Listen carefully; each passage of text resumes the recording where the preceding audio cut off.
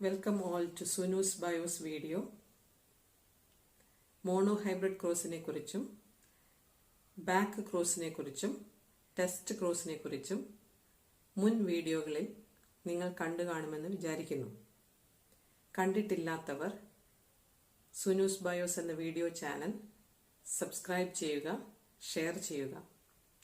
ഇന്ന് ഞാനിവിടെ പറയാൻ പോകുന്നത് ഇൻകംപ്ലീറ്റ് ഡോമിനൻസ് എന്ന ജനറ്റിക്സിലെ റെയർ ആയിട്ടുള്ള ഒരു പ്രോസസ്സിനെ കുറിച്ചാണ്. സാധാരണയായി മോണോഹൈബ്രിഡ് ക്രോസ് നടത്തുമ്പോൾ ഡോമിനന്റ് ക്യാരക്ടറും റെസസീവ് ക്യാരക്ടറും ക്രോസ് ചെയ്യുമ്പോൾ F1 ജനറേഷനിൽ ഡോമിനന്റ് ക്യാരക്ടറാണ് പ്രത്യക്ഷപ്പെടുക.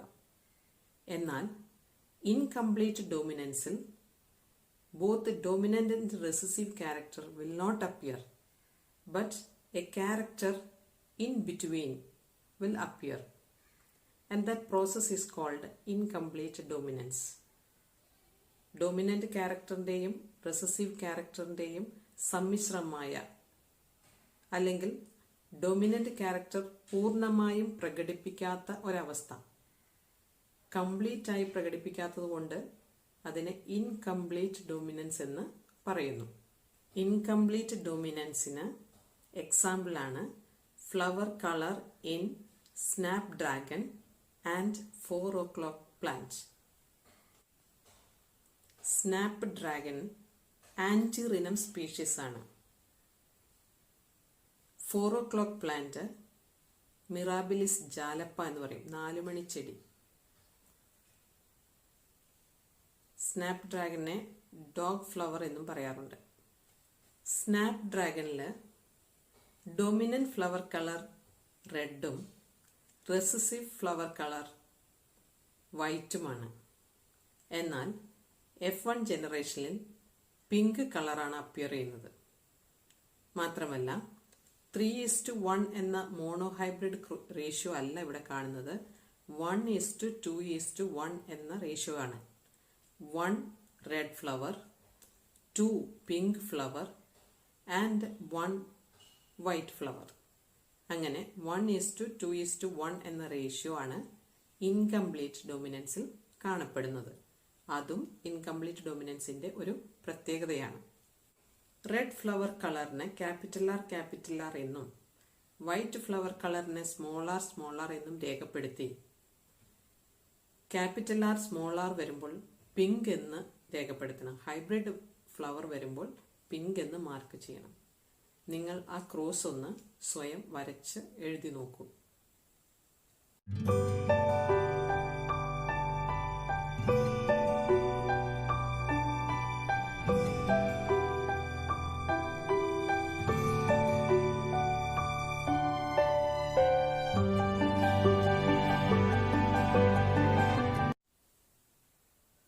ഇൻകംപ്ലീറ്റ് ഡോമിനൻസ് എന്താണെന്ന് നിങ്ങൾക്ക് മനസ്സിലായല്ലോ. മനസ്സിലാകാത്തവർ, എന്തെങ്കിലും സംശയമുള്ളവർ എന്നെ വിളിച്ച് ചോദിക്കാം.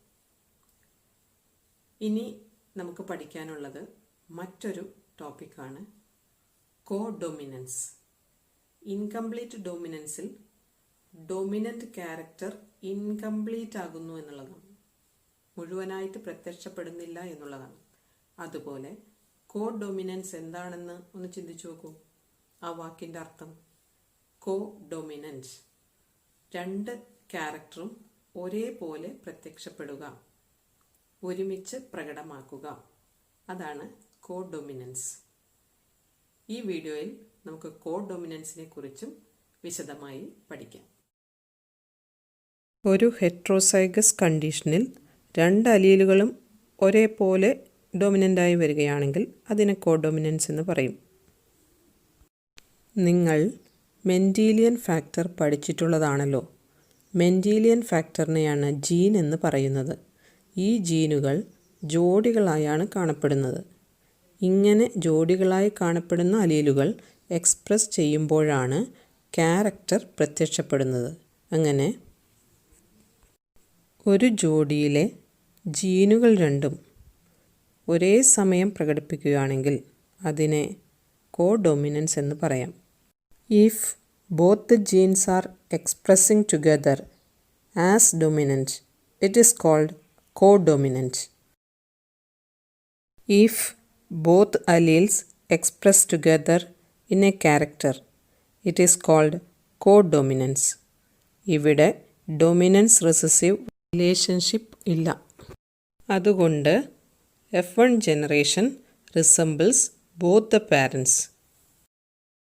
കോഡോമിനൻസിൻ്റെ എക്സാമ്പിളാണ് ABO blood grouping in humans.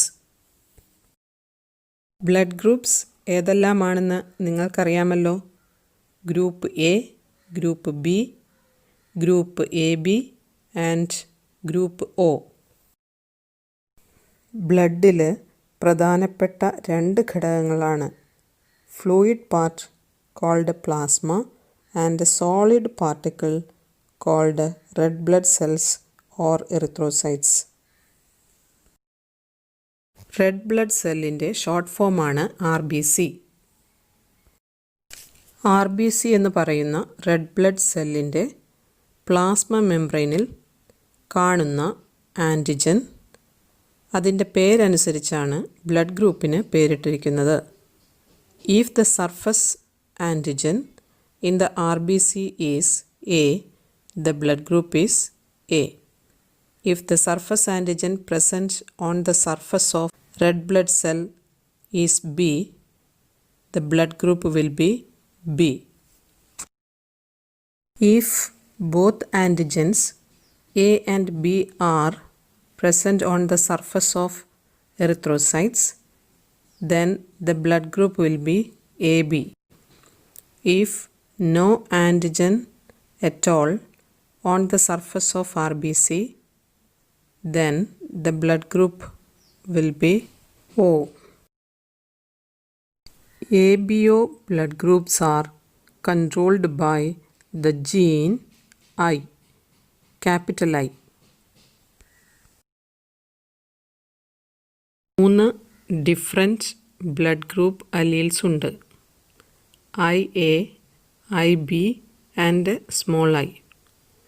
IA gene വരികയാണെങ്കിൽ it regulates A blood group. IB gene വരികയാണെങ്കിൽ it regulates B blood group. Small I controls O group because no antigens. If both IA and IB comes together, it represents AB group. IA, IB and small I എന്നീ അലീലുകൾക്ക് പകരം LA, LB, LO എന്നിങ്ങനെയും എഴുതാറുണ്ട്.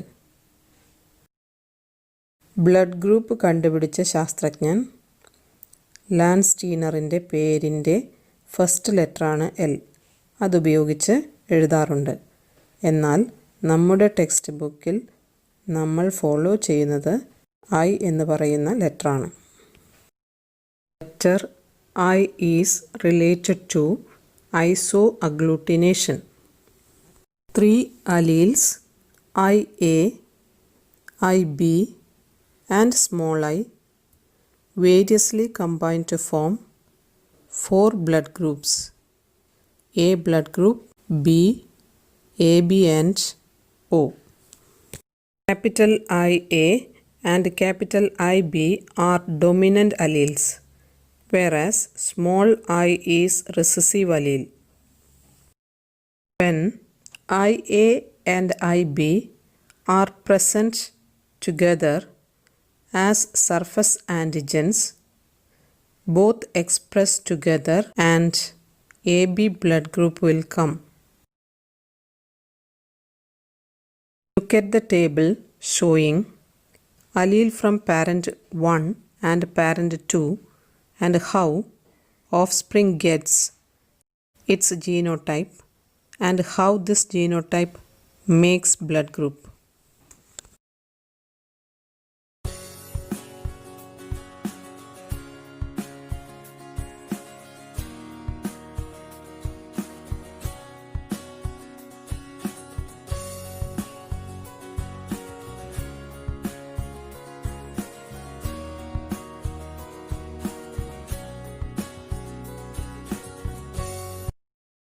In this topic of codominance, we are giving more stress to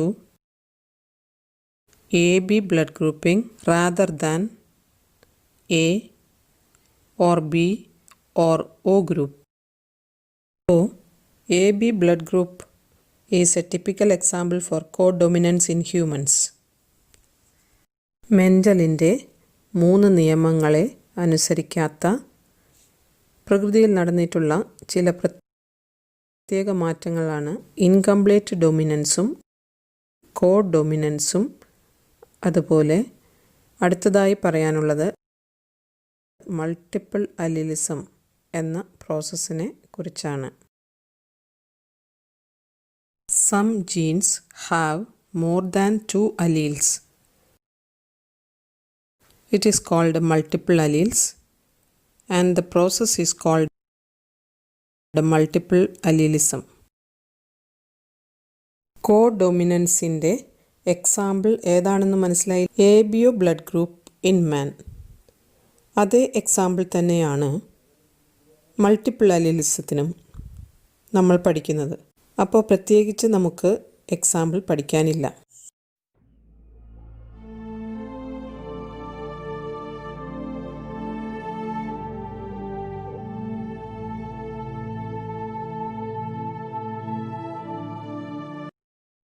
incomplete dominance, കോഡൊമിനൻസ്, multiple allelism എന്നീ 3 പ്രോസസ്സിനെ കുറിച്ച് പഠിച്ചു കഴിഞ്ഞു.